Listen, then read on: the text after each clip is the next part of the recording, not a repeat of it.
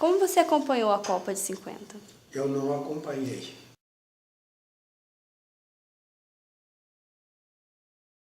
Você precisa de alguém que tenha acompanhado? Não. Não acompanhei. Estava interno num seminário de padre. Ia ser padre, seu vovô ia ser padre. E nem depois você ficou sabendo? Não, depois fiquei sabendo da desgraça, né? Foi muito desagradável, né?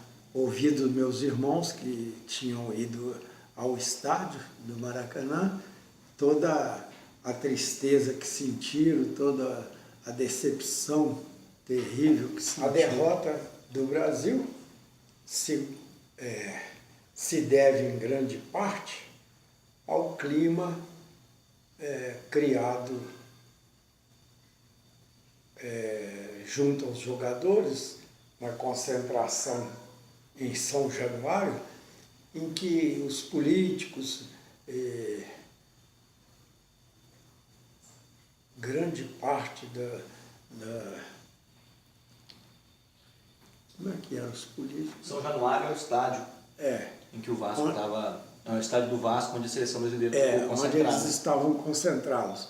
Então, a presença de políticos e aquela bajulação dos jogadores, aquele excesso de otimismo, embora, na realidade, o time daquela época fosse um time muito bom mesmo, que tinha todas as possibilidades de sair vitorioso. Mas aconteceu exatamente isso. Houve uma certa manipulação, né, dos atletas pelos políticos. Estavam em ano de eleição e isso parece que prejudicou muito o ânimo dos jogadores, atrapalhou muito a psicologia dos jogadores. Exatamente no ano... Está gravando? Uhum. Exatamente no ano que mudei para o Rio, 54, em agosto daquele ano, já vinha sendo fermentada na imprensa, especialmente através do jornalista Carlos Lacerda, uma tremenda campanha contra Getúlio Vargas, contra o governo do Getúlio Vargas e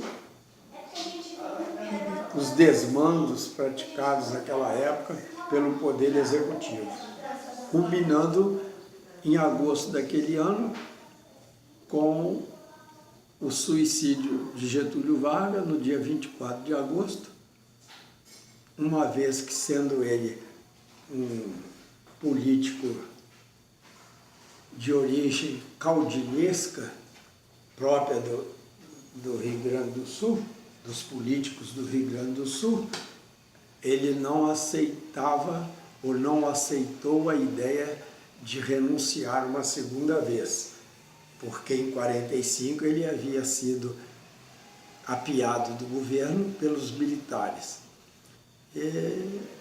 Então, em face à campanha fortíssima movida contra ele pela oposição e especialmente pelo jornalista Carlos Lacerda, ele, uma vez descoberto que um atentado havido pouco antes contra esse jornalista tinha sido praticada por homens de sua confiança, do Getúlio Vargas, a chamada guarda pessoal dele, Getúlio Vargas, ele, se vendo acuado e não desejando renunciar, suicidou-se, gerando um clima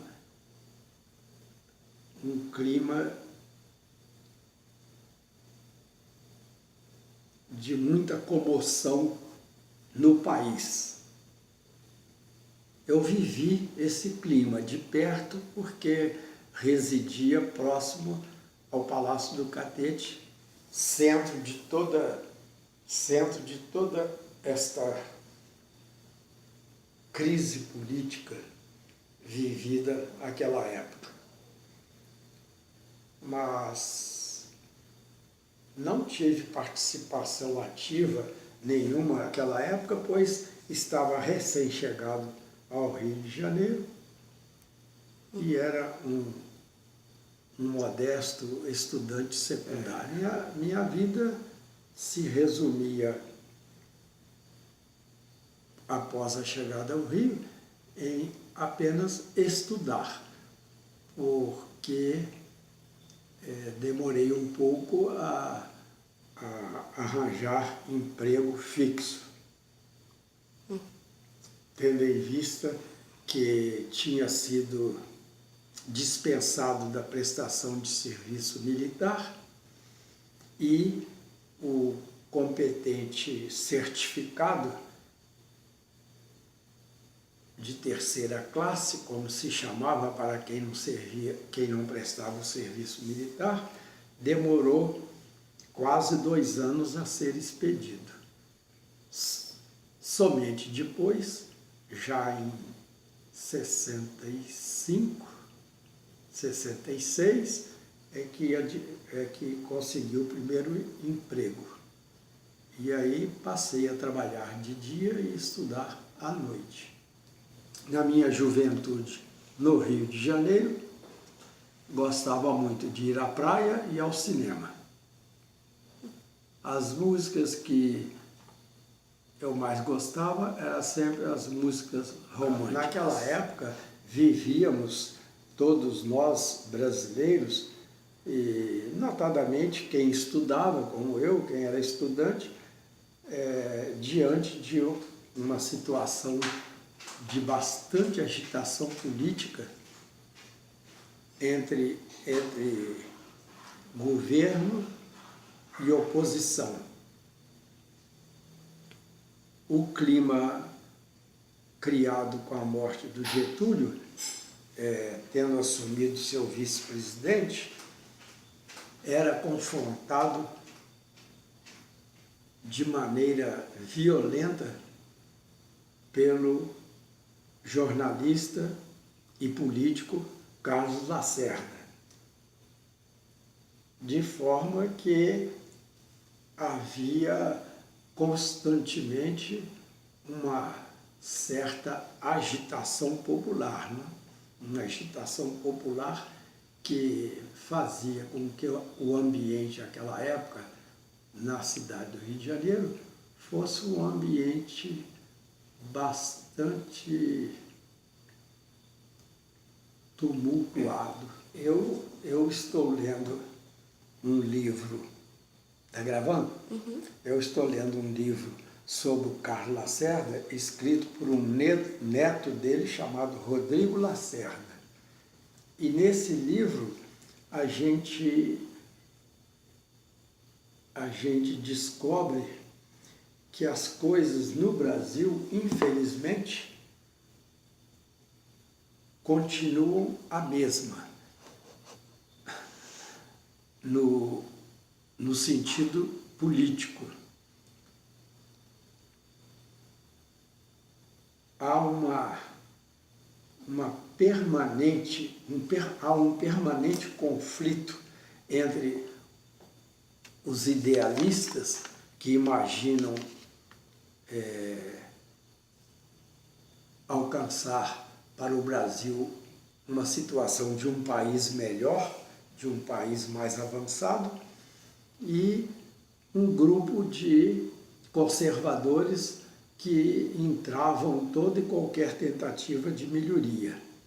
De forma que a comparação do que ocorreu na década de 50 com o que ocorre hoje na década de 2000, 2014, é quase que idênticas, né? Idênticas. E o que se vê nos dias de hoje é que, naquela época, os estudantes, de modo geral, eram ativistas políticos, tinham suas preferências, um era um de esquerda, outros eram de centro, outros eram de direita, e poucos eram indiferentes à vida política. O que hoje, não, de modo geral, não ocorre entre a juventude estudantil. A gente vê hoje uma certa descrença, uma certa alienação dos jovens de hoje com relação à política, que deve ser sempre, deveria ser sempre um objeto de cogitação dos jovens, porque nós todos, seres humanos, somos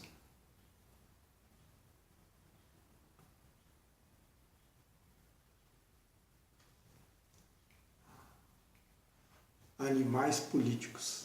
Bota aí, animais políticos.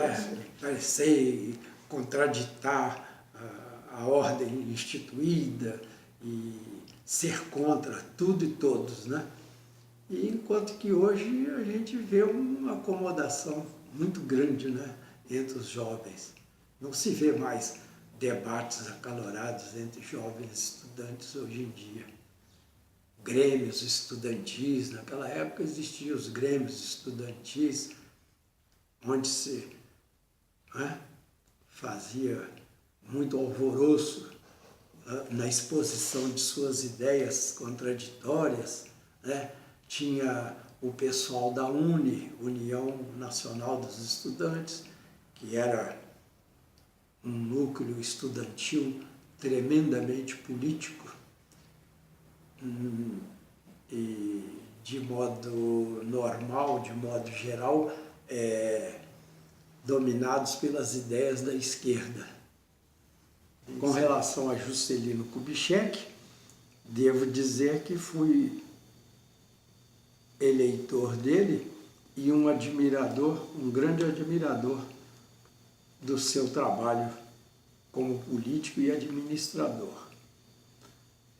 Considero que se pode estabelecer um critério de divisão com relação à vida do país em antes de Juscelino Kubitschek e depois de Juscelino Kubitschek.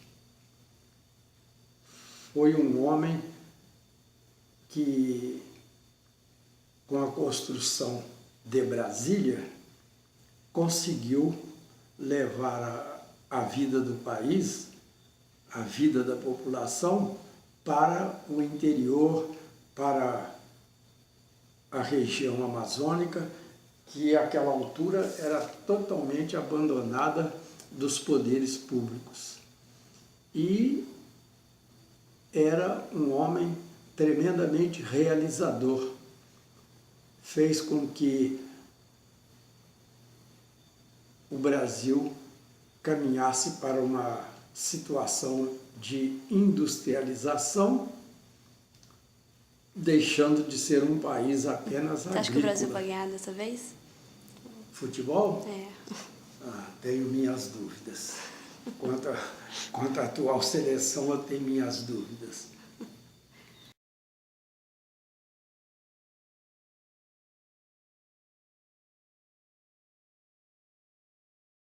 De dezembro lá com sua avó, eu brinco lá, tinha uns colegas lá que era comunista, mas comunista mesmo, então quebrava bonde.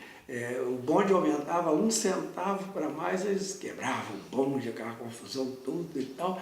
E nas reuniões do Grêmio estudantil, a gente que era de centro, era mais tolerante com as coisas, a gente passava um aperto, porque a turma de esquerda chegava, às vezes, para impor as ideias deles, eles chegavam à violência, chegavam a vias de fato.